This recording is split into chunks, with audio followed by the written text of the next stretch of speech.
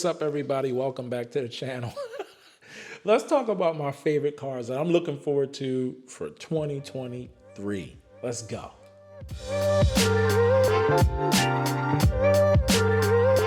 When I was planning to do this video, I was actually going to talk about the Corvette Z06, even though it kind of sort of came out last year and there's people taking delivery of their cars already, especially influencers and stuff.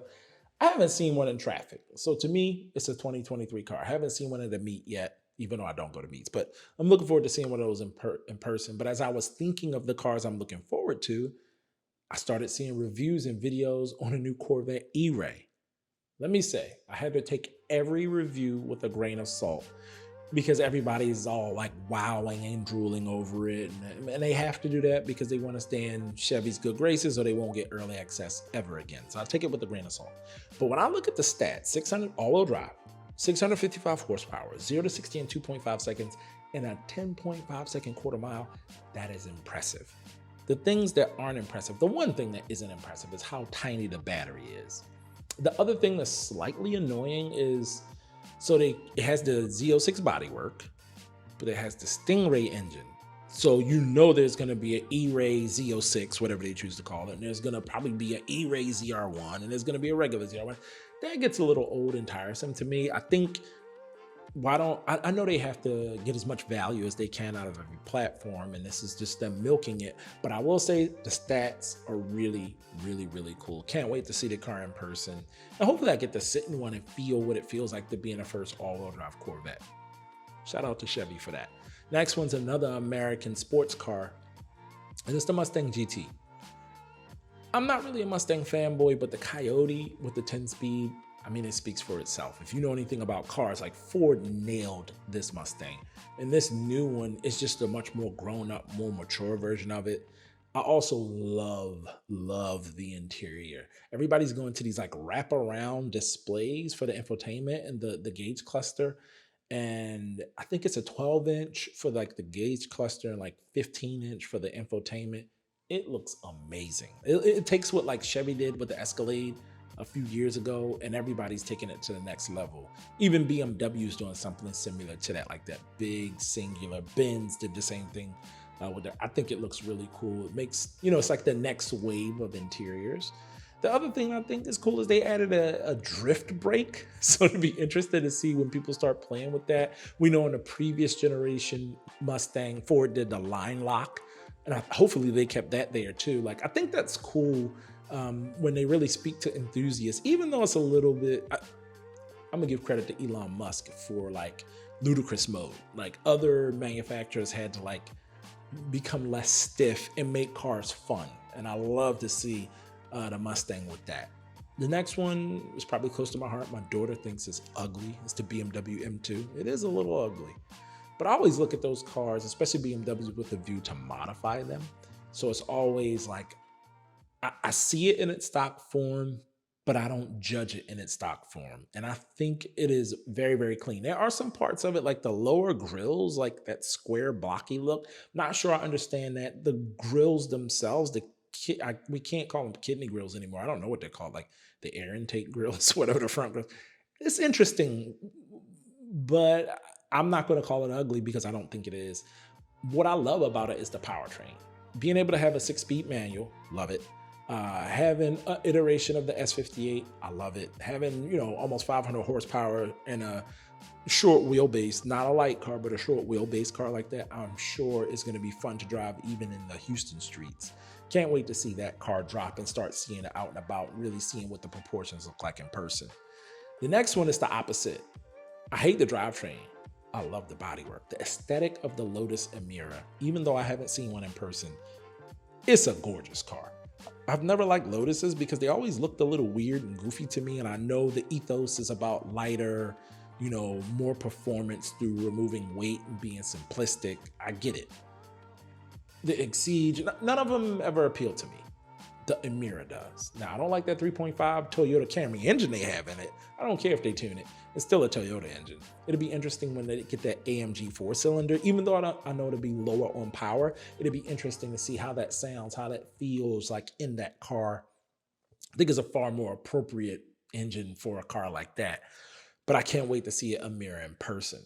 The next two are supercars, I guess. The Line 11 dark car is one of them. I grew up, the first car I had was a Volkswagen Beetle. I think there's a real heritage to having an off-road 911. If you know about 911s, people have been building Safari 911s for like forever, and it's a super popular following. I think there are people that will actually off-road the Dakar, even though it's going to be ridiculously expensive and sell like multiples over MSRP. Having a 3-liter with 470 horsepower, all-wheel drive, like that's going to be a cool car.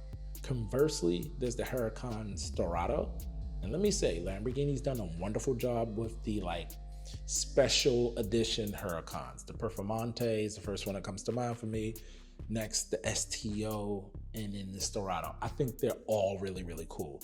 But I think lifting a Huracan 1.7 inches and widening the track width by an inch, I think, or something, an inch and a half, and saying it's like off-road capable is a bit of a joke. I think they definitely should have went with the SUV, even though we all know it's just an Audi. I think if you lift that 2 inches, you put skid plates on that, you put some sort of air ride where it has adjustable suspension, maybe it goes up to 3 inches higher, you put a knobby tire on it, I think that's more valid. But I will say the Storado looks really cool. And there's people that are going to play multiples over MSRP to have it. I'll be surprised to see if anybody actually off-roads it. But, 600 horsepower, it's a little detuned, 400 foot-pounds of torque, 0 to 60. All that doesn't really count with this car, which makes it odd in itself. But I'm still looking forward to seeing one. Hopefully one pops up in Houston. 2 SUVs I'm looking forward to seeing next year. Now, one is an SUV for sure. The other one, I don't know if you could call it an SUV. I don't know what it is. It's not really a crossover either. But the BMW XM, again, this is a whole drivetrain play to me. Even though I think this facelift looks better than the current X7, which the XM is based on. But the drivetrain, it's the first hybrid powered drivetrain from the M division in BMW. So it's a 4.4 twin turbo V8 with a hybrid drive, 670 horsepower, I think, and like it does like a 4-second 0 to 60 and like a 5,500 pound SUV. The reason why I'm excited is BMW showed us the S58, the current engine that's in the G82, G80, which is the current M3, M4 generation. It first came out in the BMW XM3. I think almost a year or maybe even 2 model years before the G80 and G82 came out. So we might be getting a preview of what's going to be in the next generation M5. And I'm just saying, a 700 horsepower M5 that can probably get closer to almost a 3-second 0 to 62.9. That is exciting to me. Be interesting to see what kind of battery life and how long you can drive it, if you can drive it in, electric mode only and all that kind of good stuff. But I'm excited to see BMW's M division foray into the hybrid. I think they're going to do better than what Chevy just did with the E-Ray. And I think the E-Ray is impressive. I'm just saying. The next one is the Pearl Sangue. I don't know if it's an SUV. I forget what Ferrari's calling it. It looks amazing. I want to see it in person, like the Emira. I want to see the proportions. I want to see how high it sits, what the gap looks like for the wheel fender. Like how, is it just another like GT car? And Ferrari's built a lot of naturally aspirated front engine, front mount mid engine V12s. They have right now you got the 812 Super Fast, the 812 GTS. You can go back to the FF. it goes generation. 512 GTB. There's a bunch of them that they've done historically. And I wonder if this is really just that, with just a 45 series tire, and a 1-inch lift, or is it really kind of like a SUV? Like, do you feel like, if you bump a curb that you're not gonna, lose your mind? Interesting thing about it is, will we see one in Houston? I don't know. The Ferrari's point system, I guess, is going to be difficult to get this one. It's going to be limited, of course, at first. So you probably have to have bought or have a bunch of cars on order to be able to have the privilege of sending them 400,000 to buy this one. I'm pleading with you, Hussein, if you can buy one so we can see what it looks like. Little inside joke. Moving on for the SUVs, last two are JDMs, the FL5 Civic Type R. I'm excited about it. I wasn't as hard on the FKA to some people. I think modified, the FK is super cool. But hopefully with the new cleaner lines on the FL5, that when you modify it, it's going to look even better. I do think it's starting to look a lot like an Accord. Like, they are really starting to make the Civic longer and bigger and wider, and every car is becoming that way. But the Civic always had its own character. This one, I believe, a little less so.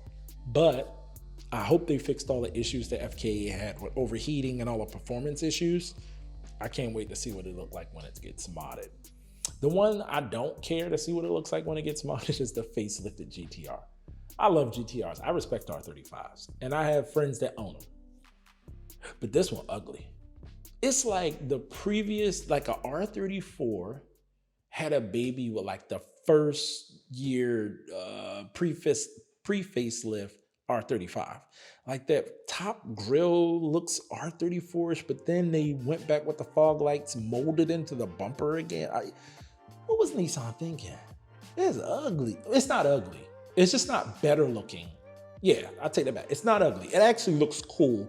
It's just not an improvement. It's not a facelift over the facelifted one, because I think the one we have right now is the best looking R35. I don't know how they could have facelifted it to make it look better, but it don't look better to me. I will say the Nismo is much better looking than, I don't know if they call it a base model for Nissan, but like the regular one, you know, the extra little arrow and stuff, like, it makes it a little bit more tasteful, but the regular one is ugly to me. That's my list. Feel free to argue with me in the comments.